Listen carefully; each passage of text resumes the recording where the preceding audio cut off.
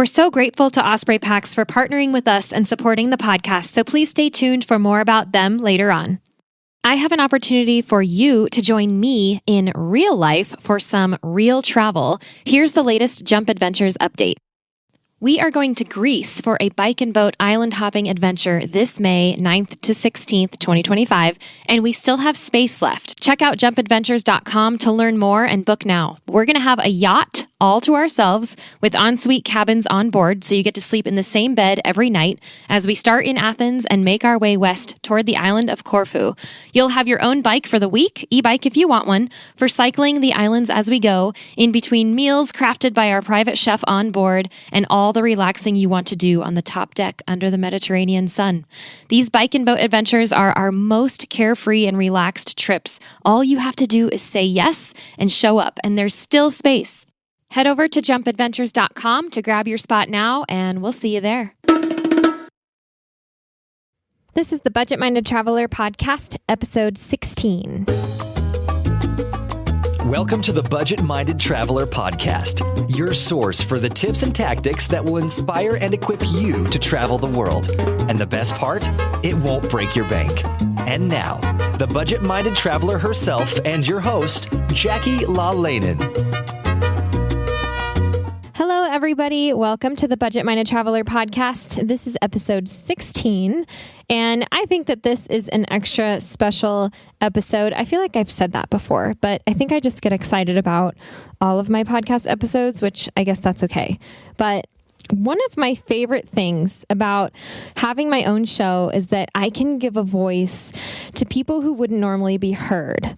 So if you've listened to my show at all, you already know that you're hearing people that you have no idea who they are. You know, I mean, these are real people, real travelers with real experiences whom you wouldn't otherwise hear from. And today's guests are extra special because they are all kids. And this is something I haven't done before. Obviously, I'm only on episode 16, and this is kind of out of the box. But I also haven't really touched on family travel. And as most of you know, it's because I am not, I'm married, but I don't have any kids.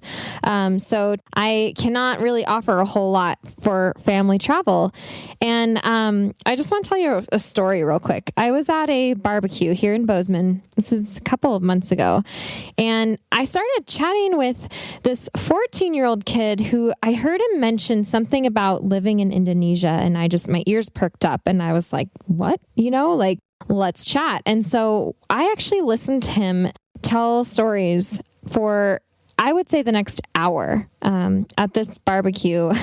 And I'm not normally one who interacts with children. I don't see them very often in the lifestyle that I have. And so there was something there, and I got his information because I just thought, I'm not sure why, but I need to get your information. And then that same weekend, one of my friends came to me and said, I just met the most amazing girls. They had traveled with their family and they told stories. And I was just thinking, well, this is odd.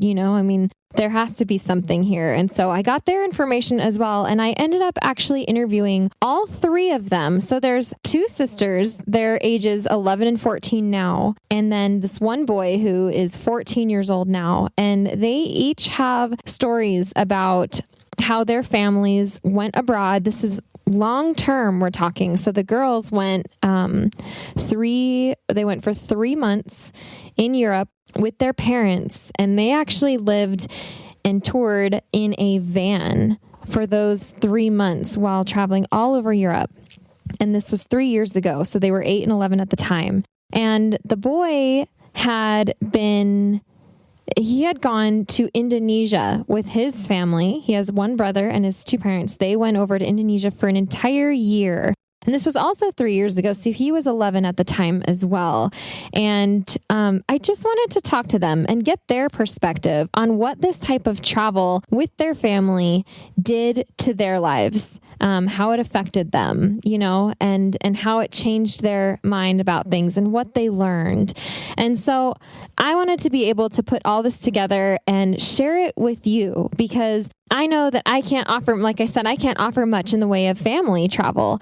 And and yet I get a lot of requests for it. And so I thought this would be a fun way to start. And just so you know, I plan to have the parents of the two girls on the show in the near future at some point, so we can actually talk to the parents and, find out from the adult perspective how a lot of this came into play. But today we are talking with the kids, and each one of them is going to share with us about what they learned while they were traveling. And I would ask that for those of you who do have families and you are considering travel, whether it be long-term or short-term, because I'm sure that any of this can apply to, either of those situations, but that you listen to these kids with an open mind and try to imagine what this would look like in your own family.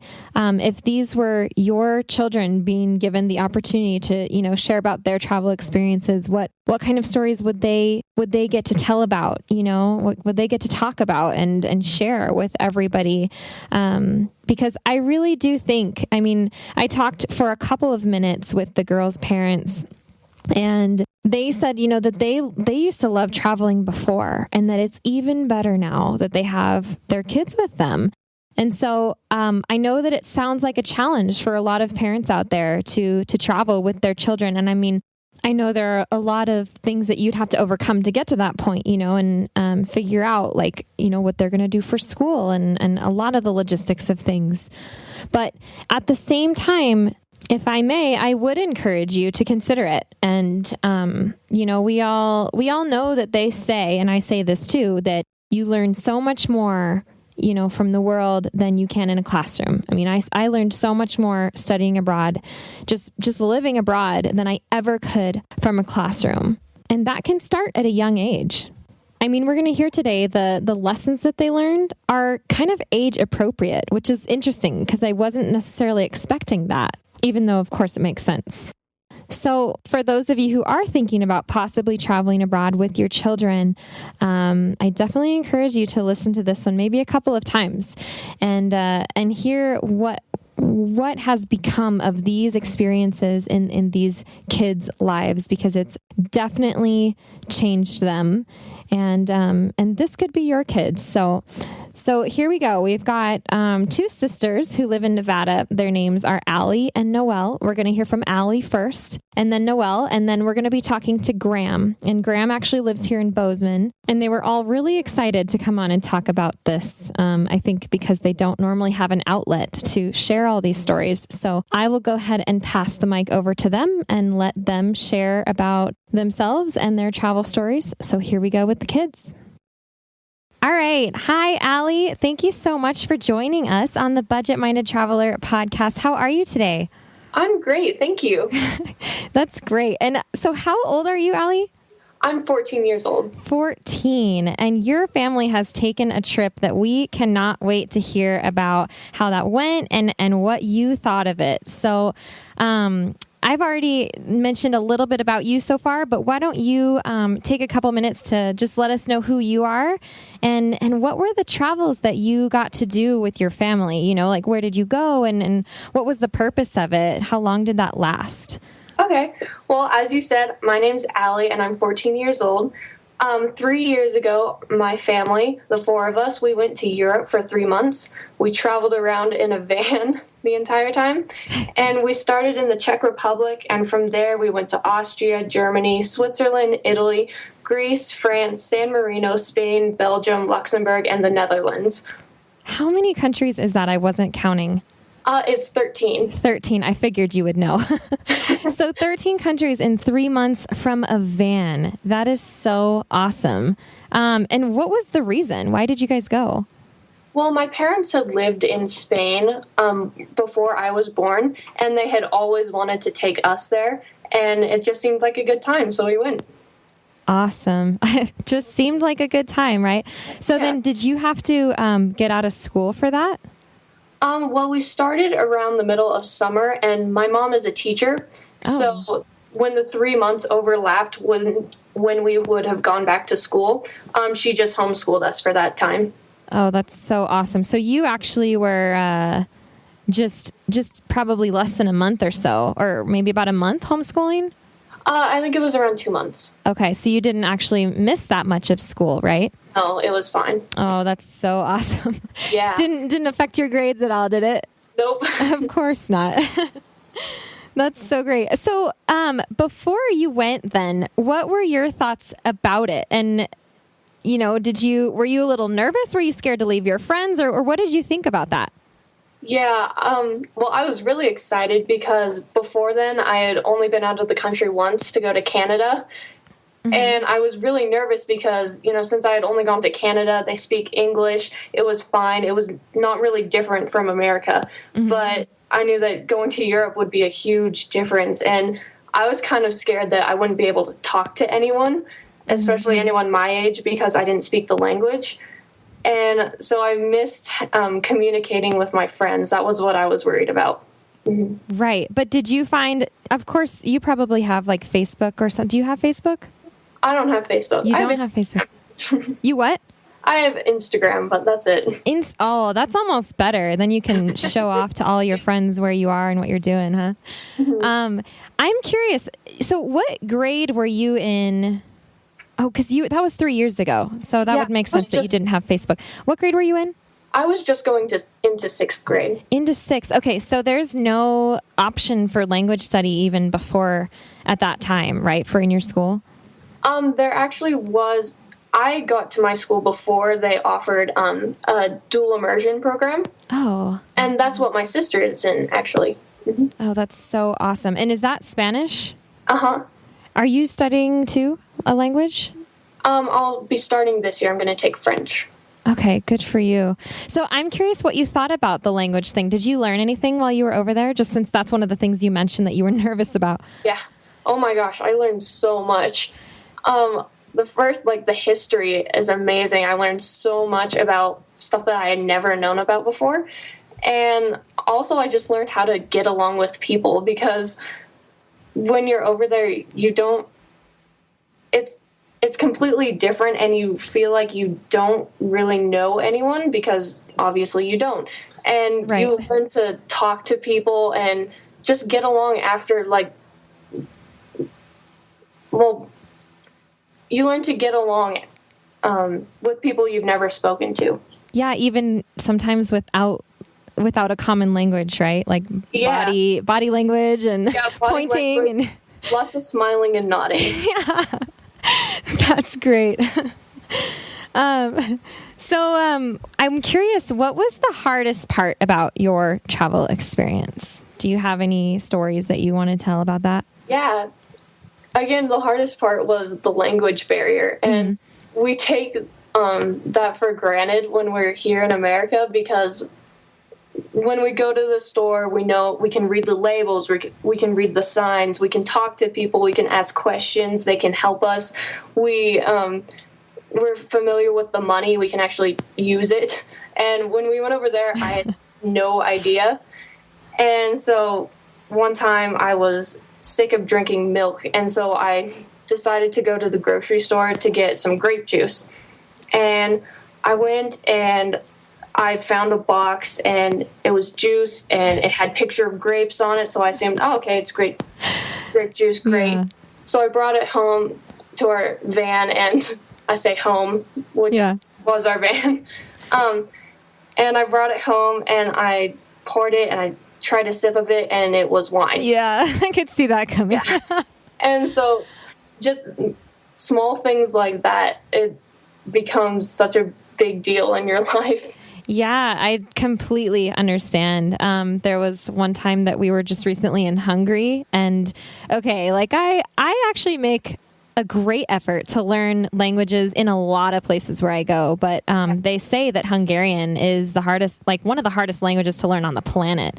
And so, of course, I tried to learn some, but that's beside the point because we had rented a car and we were trying to find a parking spot once. And because of what you said, the signs, even the little things that you just take for granted when you can read a sign.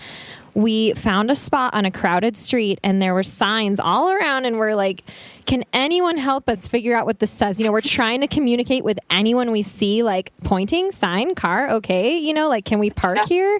And no one seemed to know. They're just like, oh yeah, whatever, or you're fine, giving us the signals for sure, that looks good. Yeah.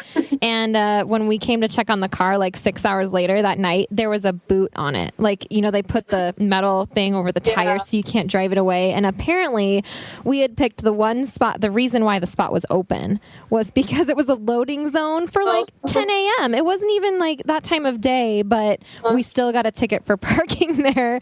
And so and that's frustrating, because it could have been so easily avoidable. And it seems like a silly thing that then cost us 60 euros. And but yeah, the language thing, I mean, that's motivation to learn, I think. Like, I try and learn part of the language wherever I go. And I find that a challenge that I really, really love. So maybe that'll be you. Yeah, I would always try to learn like the basic phrases. Hello, how are you? Do you speak English? Yeah, that one. And that was it. Yeah, that and like numbers for using the money. Yeah. I mean, I can really relate to what you said about the money because I'm not very good at math at all. And I mean, I have stories about that, but the money can be so difficult, especially when they use it in like thousands instead of ones, like we do, whatever. So, well, that's awesome. So then on the other side, what are your best memories of this experience? Well, like you were speaking about the money, that was one of the moment that I was the most proud of myself. I was at the grocery store again, and I bought something, and as I was counting the change later, I realized that they had given me they should have given me like 2 more euros or something like that. Mm-hmm. And so I went back and I tried to explain in my various hand gestures that they had given me 2 less euros than they should have. And they gave it to me and I got my 2 euros and I was so happy. That's so awesome. But Sorry, go ahead. But the moment that I really realized how much I loved Europe was the last night I was in Paris. It was about midnight, I think, and we had gone up to the top of the Eiffel Tower, and you could see everything below you, and it was just the lights. And in that moment, I could picture myself living there someday, and that was when I really, really wanted to come back. I just got chills when you were saying that. I love that because I can picture that, where you were. And did the Eiffel Tower light up at midnight? It did, and it started twinkling. Isn't that so magical? Yes. Oh my gosh. When we were there, we had no idea that that's what it does. And we were like almost right under it, literally. Yeah. And it started doing that. And I mean, when you aren't aware that happens, whoa, it's so cool. It's like so special. Yeah, it was beautiful. So you are studying French. So I think that you may well be living there at some point in the future. I'd love to. That is so awesome. Was there a point where you were, I mean, you told me about the time you went to the store to get the grape juice. Was there any other times that you were exploring kind of on your own that you could tell us about? Any stories like that? Yeah. It was 6th grade, and so my parents that's the age where you can kind of go around by yourself, but my parents were still hesitant, especially in a different country. Yeah. And so we went to this island in Greece. It was called Idra. Mm-hmm. And it's this tiny, tiny island. They don't have cars. They use donkeys instead. And no vans allowed? No, unfortunately. Where did you sleep? Oh, well, we left our van on the mainland, and then we took a little boat in, and then we stayed at a hotel, finally, for once. Nice. Okay, go ahead. And so my parents it was time to make dinner, so they were like, okay, let's go get some food, and I stood up, and I'm like, actually, can I go shopping instead? And so I went out, and I did the shopping. I wandered around the town, and that was the first time I was kind of on my own, especially in Europe. Mm-hmm. And it was just so different, and I learned so much within that like space of 45 minutes. And I use shopping just as an example for a lot, I realize, because we don't realize it, but we like communicate so much when we go shopping, and we our interaction with people and the money and the stuff around us. We have to read so much, we have to think. And so that was probably the hardest and most satisfying moment of the trip. Yes, you are so right about that you don't realize the kind of connections you make with other humans all the time. Yeah. Or the communication that is so necessary to get those little things done. I think it's so great that you decided that you wanted to do that, because those are the kind of things that you really grow from, personally. Obviously, you really remember that time, even if it was like 30 minutes of the whole 3 months. But, yeah, that's awesome. So another question for you. How do you think the adventure, this 3-month Euro trip, affected your relationship with your family? Well, I'm sure you can imagine being stuck in a van for 3 months with your family. And your little sister. And it's about like 100 square feet that you have to live in. And even though our house is pretty small, even my own room, that seemed so much bigger, Mm-hmm. And your personal space. Yeah. And so even though I love my family so much and we get along really well, we're a lot closer, I think, than some of my friends' families. Mm-hmm. Even that was kind of hard because you have no space and you're with your entire family 24/7. But I think it did draw us closer. And at dinner, we have a bunch of fun stories to talk about, like remembering. Oh my gosh, yeah. I can imagine. How fun. Yeah. I bet your dinner conversations are a bit different than your friends, huh? I'm sure. And so looking back now at those 3 months, what are your thoughts about it now? Remembering that you were excited and nervous before you went, how do you feel about it now? And how do you think that experience changed your outlook on life? Oh my gosh. I think it seems like the world is such a bigger place now, not geographically, but culturally. Mm-hmm. Because like in Nevada, I live in Nevada, and so when we're here, we're completely landlocked, and if we drive for 8 hours in any direction, we'll still be in the United States, and everyone will still speak English, and it'll be exactly the same as where we left it, just a change in scenery. Mm-hmm. But if you drive 2 hours from Italy, you can drive all the way to Germany, and it's completely different. And so you're in a new country, you're in a new language, the culture is completely different. And in that short amount of time, the change you can see is just so amazing. And so you get exposed to all these different cultures, and it's just so big. So does it make you want to explore? Oh my gosh, it makes me want to explore everything. I want to go back to Europe, but then I also want to visit everywhere else. And there's just not enough time. Gee, I think I've said that before. The thing is that you're only 14 and you have, this schooling ahead of you still, and you just have to figure out how to make that happen. I think you will. You will. I'd love to. And on that note, what are your hopes for future travels? Do you plan to study abroad? I know you're learning French. How do you think that'll work out?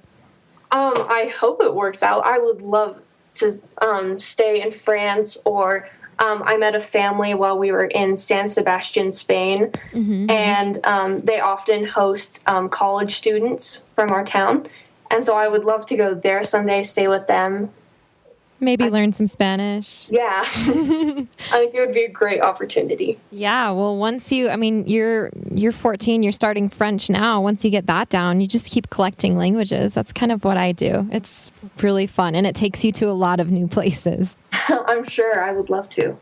Well, Allie, it's been so great talking to you. I really appreciate that you've come on and shared this. I really think that a lot of families, especially, are really going to appreciate travel stories from your perspective. So thank you so much. And I guess we're going to be talking to your sister soon here, huh? Yeah. Thank All you right. for having me. It was so much fun. Great. Thanks, Allie. We'll talk to you soon, okay? Okay. Okay, bye. Bye. We'll come right back to that. Let's take a moment now to thank our wonderful show sponsors. Osprey is the market leader in technical outdoor, travel, and everyday packs. And I've personally used Osprey packs since 2015. My favorites are the Fairview Trek 50 for multi-day hikes, the Cirrus 24 for day hikes, the Transporter Rolling Duffel 60, which is my trusty check luggage for faraway adventures, and of course, the countless packing cubes I use to organize everything that goes in them. We are proud to support each other on the podcast and beyond. We love getting outside, and we want to see more people outdoors. So find out more and join us at osprey.com. All right, let's go ahead and bring on Noelle, Allie's younger sister. Hi, Noelle. How are you? Good, how are you? I am so great. And how old are you today? I'm 11. You're 11. So when your family went and spent 3 months in Europe, you were how old? I was 8. 8 years old. And how well do you remember that trip? I remember it pretty well. That's awesome, because we're going to talk about some memories today. So I wanted to know, since you were 8 years old and your parents made this plan to go to Europe for 3 months and live in a van, what did you think about that? Were you scared at all, or were you nervous, or were you excited? What did you think? Well, I wasn't very excited because I didn't really want to leave home for so long. Mm-hmm. I thought I would miss my friends and family. Also, we left. We still had one more week in summer vacation, and I wanted to stay there for summer vacation. Mm-hmm. But it was only 1 week, so I didn't really get what the big deal was. But I just thought I had more time. So you were just afraid you were going to miss your friends when you were gone? Because 3 months is a long time, huh? Yeah. Yeah, okay. Were you looking forward to seeing a new part of the world? Well, I didn't. I saw a lot of pictures of Europe, but and so in my mind, I sort of thought that I knew what it was. So, and I saw all the places we were going to go. Right. So I wasn't very excited. Not very excited. All right. Felt like your parents were maybe dragging you into this, huh? Yeah. Oh, man. All right. So what do you think was the hardest part about being over there? Like your sister mentioned language and money exchange, stuff like that. What do you think was the hardest for you? I thought that being for 2 out of the 3 months, we were camping every night in a van. And there's only so much family I can take. My sister and I get along really well. But being together 24 hours a day is pretty difficult. Mm-hmm. I think it's amazing that even at 11 and 14, you can still say that you and your sister get along really well. That's really awesome. And I think that would come in really handy when you're living in a van, huh? Yeah. Yeah, I bet. Also, I'm really picky when it comes to food. And so the food there was very different because it's a whole nother culture. Right. And I did not like the food. One time in Greece, we ordered a dessert. And so they said, "Oh, this is our signature dessert." And Right. so we ordered it, and it was like this gelatin thing that was really disgusting. It kind of looked like hardened Jello almost. Oh, And then we went to another place, and they said it was their signature thing, and we forgot what it was called. Signature dessert. Yeah. Forgot what it was called, so we ordered it again. And that was a big mistake. So you're not a fan of hard gelatin, huh? Nope. I don't think that I would be either. Actually, I've traveled in Greece, and I have to agree with you a little bit. I know a lot of people are going to not agree with me on this one, but I'm not a big fan of the Mediterranean style of food. And when you're in a place like that, and it's hard to get away from, because it's everywhere. So I can sympathize with you on the food thing to an extent. I mean, it's hard to find things you like sometimes when everything is so different, huh? Mm-hmm. Yeah. So what about some of your best memories? What were some of the best experiences that you had? Well, my best memories were the little surprises that were everywhere. you never really know what to expect in Europe. Mm-hmm. Like, we went, my parents tried to find cool parks and campgrounds that had swimming pools, but they were always not what you expected. For example, at one park in Switzerland, we were in the middle of a valley in a campground, and it was really, really beautiful. And Allie and I went to a park, and we saw this slide, and we thought it was just a regular slide, but it sort of dropped into the hill, sort of, so you couldn't see the whole slide. And when my sister and I got up there, we noticed that there was a rope hanging down for you to hang on to. Uh-oh. But I didn't use the rope because I thought it was just for little kids or something, and you don't really need it. And I went down there, and it was really, really, really steep, and it was really crazy and gnarly and stuff. And you shot out the bottom part really fast, and so I told my sister, you can go on it, but just keep your head down. And then she discovered the same thing I did. So was it scary or was it fun? It was both. I don't think that I would have gone on that side, to be honest with you. I think that would have scared me. Yeah, that's what I like. That's some of my greatest memories about Europe. So you liked like the places that you guys stayed and the parks and just the adventure in seeing all of the different places? Yeah. That's awesome. So I asked your sister this too, but how do you think that this 3-month excursion affected your relationship with your family? We definitely have a lot of stories to tell when we're at dinner or something.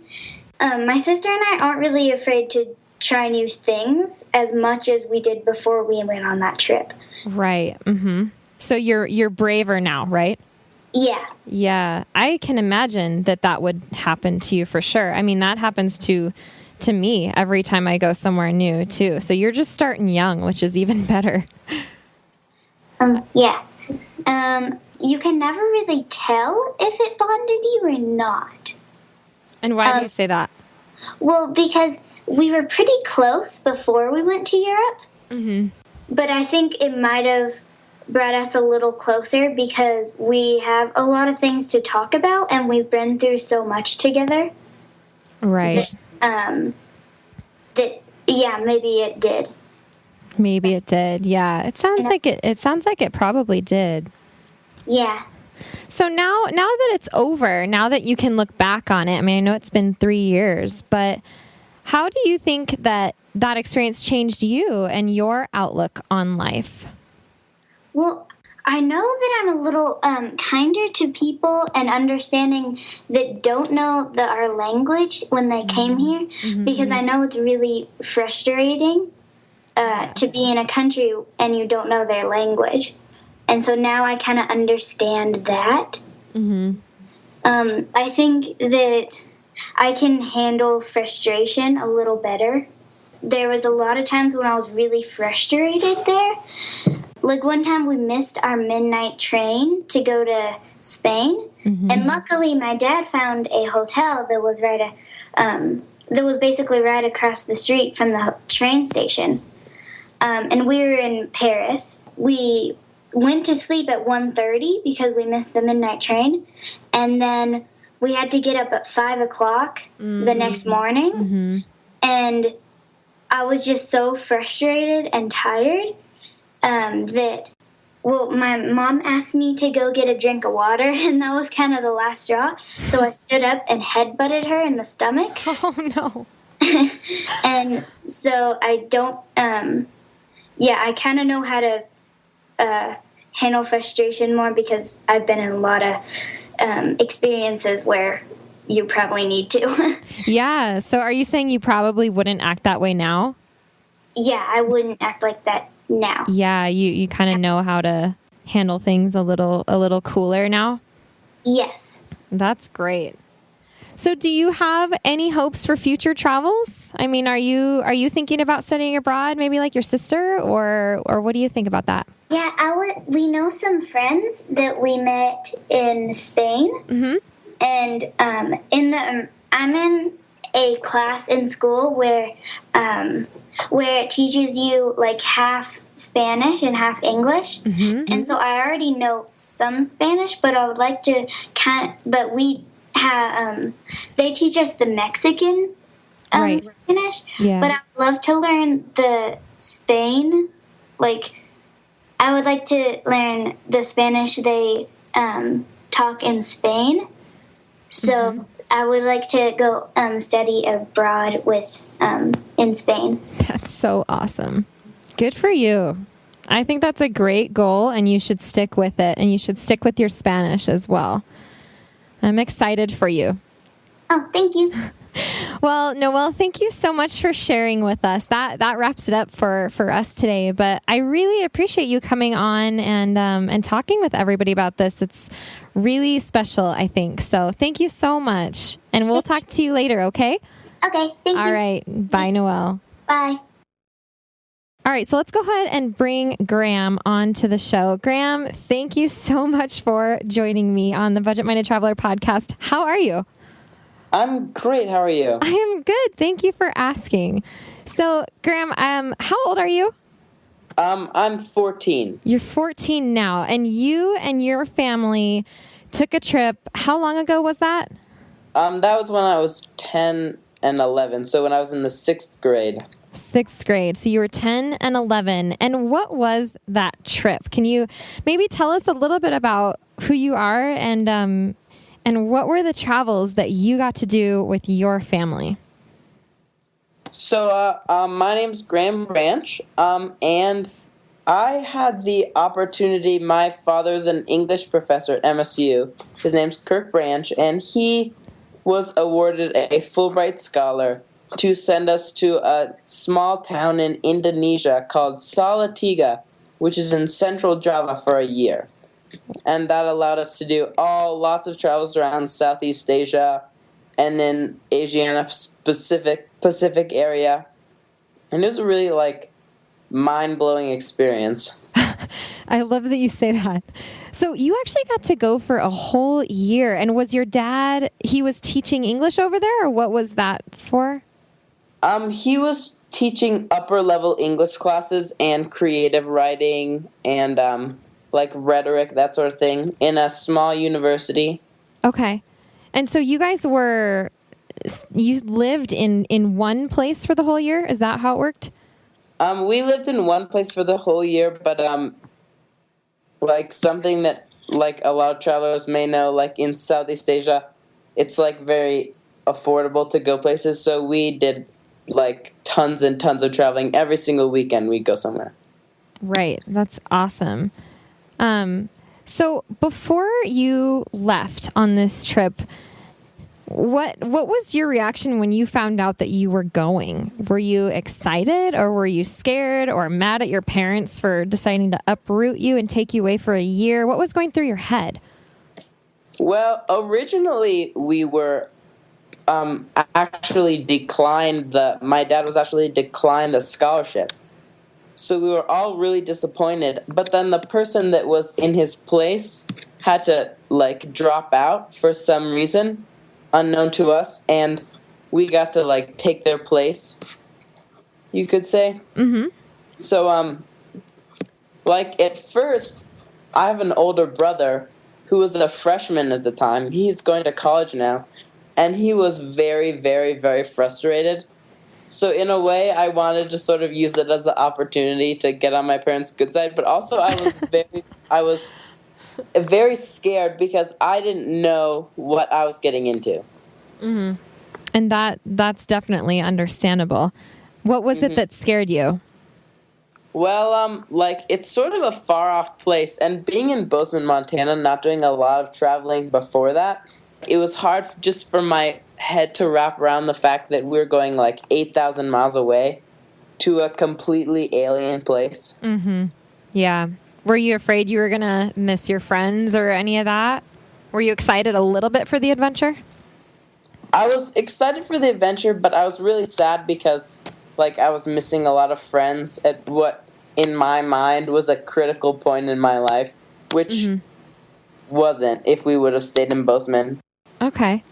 So what do you think were the hardest parts about your travel experience?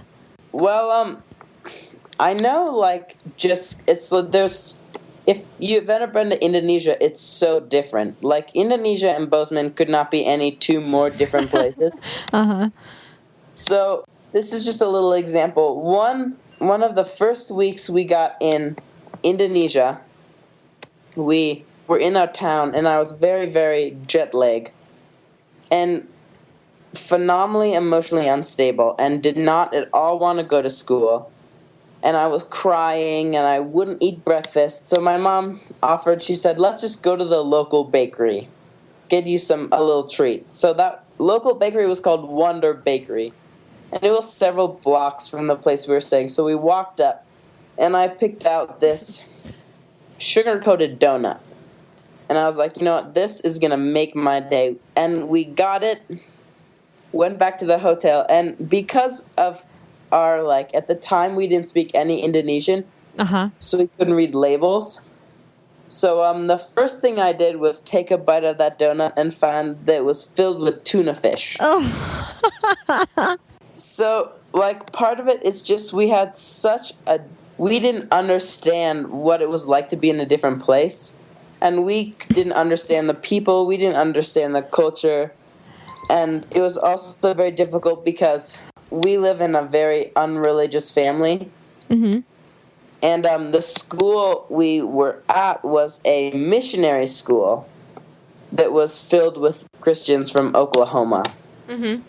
And that alone was a huge amount of culture shock because me and my brother had never been going to church as kids, or at least that kind of church. And it was like, that was almost one of the most shocking things that we did there. Because you went to a school that was based on a religion there? It was surrounded over this very, very, very fundamental belief of Christianity. Okay. So adjusting to the culture and adjusting to donuts filled with tuna, that was a challenge for you, huh? That was a challenge. I can't even imagine what that would have tasted like and how much more it would have just ruined your day. Yeah, that happened. I just sank every part of me. So obviously there are some bad times adjusting. Did that get better as the year went on? Well, once we got there, the first month was pretty miserable. Mm-hmm. I didn't really want to be there. My brother didn't really want to be there. From what we had experienced, the city we were living wasn't very pleasant, which changed over time. And my mom didn't have a job and was always, like, bored. And my dad was in this totally... And that first month just was not a good month. Mm-hmm. It was just bad in all definitions of the word. And then finally my dad's like, let's go to Bali. And we went to Bali, and when we came back, it just, like, changed everything. And that next 9 months were the best 9 months of my entire life. So why was Bali so pivotal for you guys? I think what it was is where the place we were, like, virtually, besides the few missionaries that stayed in the school the entire time, we were really the only, like, foreign people in our city. Because in no way it's a tourist destination. No one goes there to see the sights. We were the only, like, foreign people in the whole city, and we didn't really understand anyone. Mm-hmm. And going to Bali sort of, like, opened our eyes because they, like, there's a huge tourist culture in Bali, and they, like, realized that we were foreign. And I think, like, being in a foreign place but not being seen as a totally alien creature was, like, really pivotal for us. Mm-hmm. And then going back, sort of being able to, like, understand that we were actually the only white people, and that we were going to get looks and people weren't going to understand us that much. And sort of just embracing that. Right. I can see how that would be important in Indonesia for sure. So I guess, going back a little bit, and you said that first month was just kind of miserable. It just makes me think, when you move your life abroad, there's like almost like a trial period. It's like I think of it like going out for a run. You have to warm up before you can really get into it, and that it's like the first mile of a run is just like painful, and I think that's kind of what it sounds like it was for you guys, just adjusting and kind of getting used to it, finding your pace, so to speak. Do you think that first month was worth it? Definitely, in all definitions of the word. It was like, that first month was like, it didn't matter how miserable it was, those last 9 months would have been worth anything. They were amazing. That's awesome. Okay, so then will you share with us some of your best memories from the year? Yeah, so I've always been very interested in cooking, and every single restaurant I would go to, especially towards the end of our trip, once I started to speak more fluent Indonesian, I would always ask, can I go in your kitchen? And I was like, in Indonesia, there's a small portion of people that are from the United States. Mm-hmm. And then it's an even smaller portion of those people that are really small and cute. And virtually non-existent portion of those small, cute people from America that can speak fluent Indonesian. Okay. So I was like in my own demographic. Exactly. So they would always invite me, and we were in Bali at a place called, I can't remember what it was called. It was a babi guling place, which is roast pig. Mm-hmm. That's the specialty in Bali, is that suckling pig, right? Yes. Yeah, okay. We had that when we were there, too. It's very delicious. And I told my parents that I was going to go ask if I could see the kitchen. So I walk up to this old guy, and I said, can I go see your kitchen? And he said, of course you can. And he brings me out to the back. Meanwhile, my parents are just keeping an eye on me. I get on the back of his motorcycle, and we just drive off. And I was like, sort of didn't really understand what was going on, so it seemed so normal to me. Yeah, uh-huh. My parents, of course, freaked out, where did our son just go? And it turns out he was actually taking me to their, where they cook all their pigs. So he takes me into this marble building, and out front, there are all these pigs. And it was actually their future location, the location that they're planning on moving to. The restaurant? It was probably a 5-10 minute ride from the place we were eating. Okay. Mm-hmm. And in the back, there were probably 8 stalls and 30 guys that were just had these big pigs roasting on a pit, just turning them around. Wow. And they roast these pigs for 6 hours, and about every 15 minutes, they baste them with, it's palm sugar, coconut milk, and tamarind, pretty much. Mm-hmm. Mm. And I looked, and I got to turn the pig, and I got my picture taken and hung out with these guys. And then I just came back and sat down, keep eating my dinner like nothing had happened. Were your parents freaked out, or were you excited enough when you got back that they understood that everything was fine? They were just relieved that I wasn't, taken. Yeah. I mean, that is nerve-wracking. I mean, I can only imagine for a parent, And then, as soon as I had told them what happened, they were, totally... sorry. They were totally, loved that I had just gone out and done this thing. Mm-hmm. Mm-hmm. Well, yeah, that's very bold. I mean, I think it's bold anyway to go up to, people in the kitchen and just ask, or in the restaurant and just ask to go into the back. I think it's pretty awesome. And they probably saw you as just, the curious kid who wants to see it. And they obviously love to show you around, but that's definitely bold. I think it's awesome. Mm-hmm. What else did you do on your own like that? At a certain point in Indonesia, because I was of my own demographic, and I was a cute little white kid that spoke Indonesian. Yeah.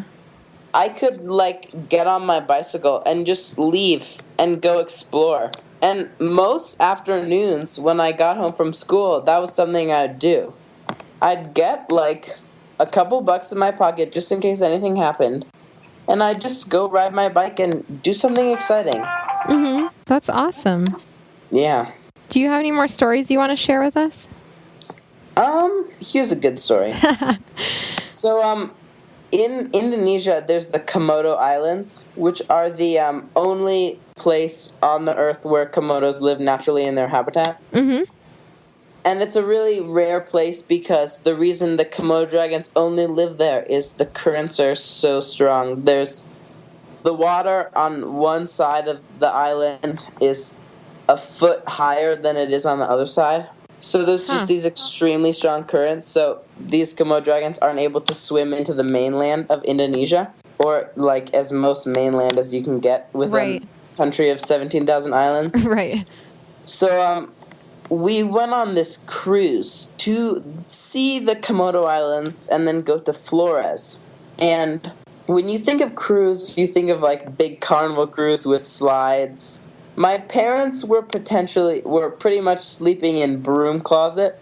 Oh, that's nice. And me and my brother were sleeping on the dock of this vaguely unseaworthy boat. And in that situation, because I was so little, I just wanted to drive the boat.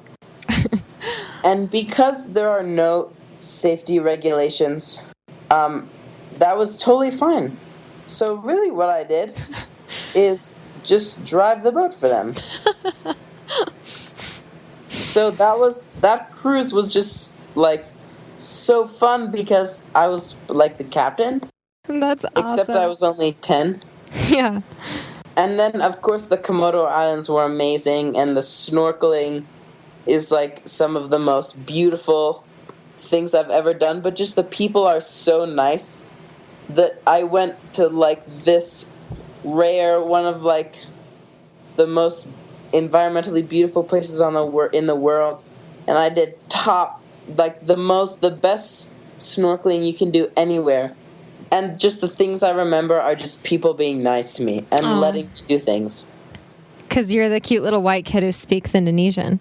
Yeah. That's so awesome. Way to like leverage that, you know? Mm-hmm. Being brave and bold and just getting out there and driving boats and cooking pigs and stuff. That's really cool. Definitely makes for a more interesting adventure, right? Yeah, I feel like if I would have... I was actually talking about this with my parents the other day, and we were saying, like, what would the trip have been like if we stayed in the mindset that we were in that first month? Mm-hmm. Where we just didn't want to do anything. And really, I feel like people that are going to do big experiences just have to, like, take every single opportunity. If someone... like invites them to go to their house and have dinner, even though they already had plans, just like do it. Yeah. And really, like nothing can go wrong. And generally, especially in our situation, it was worth it by all means. It's so great to hear. So now looking back at this trip, at the whole entire year, what are your thoughts about it now? Because you had said at the beginning that you were afraid you were going to miss your friends at a crucial time in your life, you know, and that you were excited, but, you know, a little scared. So how did that end up working out for you? Well, looking back on it now, it seems almost like a dream. And it's like whenever you wake up from a really good dream, you always want it to keep going. Yeah. And I was like, didn't want to go. And this is going to suck. I'm not going to be able to see any of my friends. And I didn't see any of my friends, and and I don't regret it at all. Yeah. Because now that you're able to see what you experienced during that time, it's easier to say that, huh? Mm-hmm. And it goes both ways. Like when I was leaving Indonesia, I didn't want to leave my friends. And for me, it was even harder to come home than it was to leave. Because leaving home, I knew that I was going to be able to come back home. Mm-hmm. But leaving Indonesia is hard because you knew you were going to be able to go back, but just you have so many experiences that you know you're not going to be able to have for a long time. Yeah, and you don't know when you're going to be able to go back. Mm-hmm. And this go ahead. We have not yet made any plans to go back, but the wheels are turning. I'll just leave it at that. Yeah, good.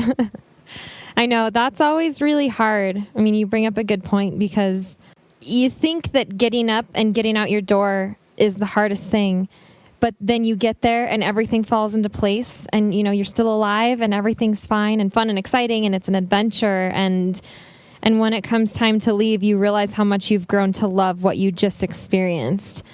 And that time can never really happen again. Like, even if you do get to go back, it'll never be the same. I mean, I'm just thinking when I came home from my first year abroad in Costa Rica, oh my goodness, I was like just bawling on the plane. I just didn't want to be, I felt completely uprooted. And so I get what you're saying there. Mm-hmm. And the last night we had in Asia was in Singapore. And, if you've ever been to Singapore, it's a lot to take in because there are a lot of laws about everything. Mm-hmm. And it's super clean and everyone's like, there's malls everywhere. And that last night was one of my best nights because we didn't even get back until it was me, my mom, and my brother. And we didn't get back to our hotel till maybe 1, 2 in the morning because we just sat in a taxi going everywhere. Oh, that's fun. And you can see all of Singapore by doing that in not much time, really. Mm-hmm. And it's something that I wish I would have done before the last night because there are a lot of places that I would have rather stayed more than 5 minutes. Of course, yeah. And that night we went to the botanical gardens, we went to the Merlion, we went through all these big famous buildings, and it was just there's always those things that you do at the last minute because you're never going to be able to do them again. And I feel like what I have to remember is don't do those things at the last minute. Mm-hmm. Just do them like at the first minute so you have the most time to do them. I think that can be translated into travel in general too. Mm-hmm. Because people wait so long. And I think that's part of the reason why I do this podcast, is to encourage people to travel now. Why wait? Why wait until that last minute? You're absolutely right about that. Start at the first minute. I love that. That's going to be a quote, I think. So how do you think that this year experience that you've had overseas changed your outlook on life? Well, first of all, I know that when people tell me this, it makes me so mad, but they're totally right. Where I am now in my life, being 14 and when I was there being 10 and 11, it's a time of your life when you're taking everything in. And in a sense, you're in no way independent because you're just taking in all of your surroundings to learn what you have to do. Mm-hmm. And being in that trip in such an alien environment with people I didn't know and didn't understand, and they did things I didn't understand, and being in a place where everything was alien sort of just made me want to learn about other stuff. Because Bozeman is small fraction of what's in the entire world. Oh, yeah. And that's with any city, no matter how big. Right. If you live in New York City, it's small compared to everything. Right. And I've learned to broaden my horizons. And the other thing I've learned is even in the silliest places, when you're there, leave your hotel and go do something. Every Thanksgiving, we have a Nordic ski camp. I'm a competitive Nordic skier, and we have a Nordic ski camp in West Yellowstone. Mm-hmm. And even, I'm now, totally in the loop with all the people that live in West Yellowstone in the wintertime because I leave. Even in the silliest, dumpiest town in the whole world, I go do something. And, I feel wherever you are, even if you're in Bozeman, go somewhere you haven't been. Right. Yeah, do something new. Mm-hmm. We can be travelers in our own town. Definitely. It's a mindset. And that's really what I feel like I've taken away from the most. Just go do something. If you're bored, go do something. Go do something new. I love it. It's so simple, but I love it. So Do you have any hopes for future travels? I mean, I really hope that you decide to study abroad someday. Are you thinking about that, or what have you got going there? Well, I'd love to study abroad in college, and I'd really like to just go and do as much traveling as I possibly can. No matter where it is, I just like to go. Mm-hmm. When it comes to travels in the near future, actually tomorrow morning, my plane flies out at 10:13, and I'm going to Ireland with my family, with my grandma. Oh, wow. That's so awesome. Mm-hmm. She is an Irish immigrant. She immigrated here when she turned 16, like long time ago. Yeah. And she was just in the East Coast, and all of her siblings are old and decrepit, and she's in a very good condition. So for Christmas, she said she wanted to take us back to the old country before it's too late. Oh, cool. So you guys are going as a family. Yeah. Me, so my great. grandma, my brother, my mom, and my dad. Nice. And how long are you going for? We're going to be in Ireland for about 18 days, and we're going to be going all around Ireland, staying with family members like the whole time. That is going to be so fun for you. Actually, this podcast episode, by the time it goes live, you should already be back. So, well, that's great. I'm so glad that you're traveling again right now after we're doing this episode, and thank you so much for coming on and sharing with us. I mean, it's really, really great to hear from your perspective, and hear your stories. And I think a lot of people are going to appreciate that. So yeah, thanks a lot, Graham. Is there anything else you wanted to say? No, I just go do something fun, go travel. Go travel, go do something fun. Take it from Graham. He's 14. He gets it. All right. Thanks so much, Graham. We'll talk to you later. Okay. Bye. Thank you. Bye. Well, I hope that you guys enjoyed those 3 interviews with these up-and-coming travelers who already have some experiences under their belts. How amazing is it to hear these kids talking about their wishes to see more of the world, to study abroad, to learn foreign languages, and to continue to connect with people from other cultures. I think it's just so amazing. I realize that I use the word awesome a lot. I would apologize, but I don't think that's going to make me stop anytime soon. So sorry, not sorry, but I hope it doesn't bother you. Anyway, I hope that you were inspired to imagine what this type of travel would look like with your family. And I mean, obviously these kids were exposed to situations that taught them lessons that they simply would not learn in a classroom, which makes the whole thing worth it for them. And if you are going to travel, I would encourage you to let your kids be bold and go shopping on their own, or ask to see the cook's kitchen, or drive the boat, because these are obviously the things that teach them the most, that stick with them the most. And in the end, you're the one providing your kids with an opportunity to educate themselves through travel, and you're still in charge. You're just creating this adventure together while you can still rein them in if you need to. I know this episode has gone a little long, but I hope that it's made a big impression and inspired some of you parents out there to make travel happen with your kids. You don't have to wait until they're old enough, or wait until they're out of the house so that you could go by yourselves. You could just do it now and see what happens. My own mother actually just reminded me of a quote that I thought was very appropriate to go with this episode, and that is, people of accomplishment rarely sat back and let things happen to them. They went out and happened to things. And that was by Leonardo da Vinci. And the reason that I found it appropriate is exactly what I said before. You don't have to wait.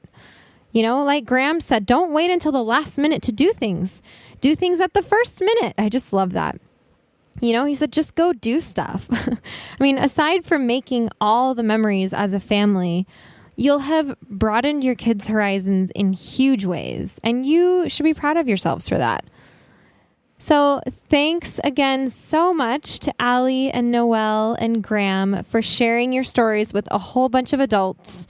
I think I can speak for a lot of us adults when I say that I hope you stick with your travel goals and dreams, And for you parents who haven't discovered family travel yet, I really hope this gets you thinking about it.